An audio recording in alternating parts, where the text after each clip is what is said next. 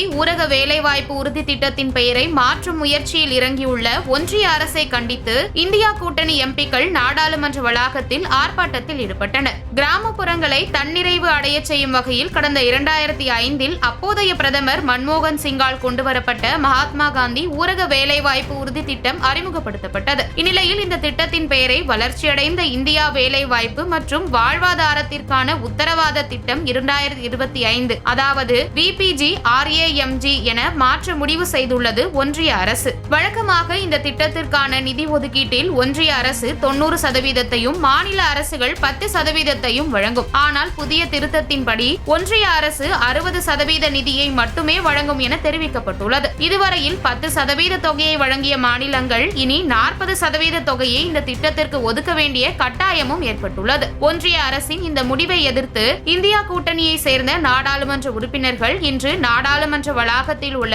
காந்தி சிலைக்கு முன்பு ஆர்ப்பாட்டத்தில் ஈடுபட்டனர். இதுகுறித்து பேசிய கன்னியாகுமரி தொகுதி நாடாளுமன்ற உறுப்பினர் விஜய் வசந்த், ஒன்றிய அரசின் இந்த முடிவு தவறானது. இந்தியாவுக்கு விடுதலை பெற்றுக் கொடுத்த தேசத்தந்தை மகாத்மா காந்தியின் பெயரை நீக்குவதை எதிர்த்து நாடாளுமன்றத்தில் குரல் எழுப்பி வருகிறோம். மகாத்மா காந்தியின் பெயரிலேயே இந்த திட்டம் தொடர வேண்டும் என்று தெரிவித்தார். So the message we want to give to the central government is so unfair. Mahatma Gandhi was the father of a nation who fought for our nation's freedom, and his name has been removed and been replaced by V.T. Ram. And this is very unfair, and we have been debated about this in the parliament also, and we are objecting it. Not only the name change, even the schemes have been added and saying that the contribution from the central government has been reduced. So we oppose the bill, and we want the Mahatma Gandhi name to be continued in this case.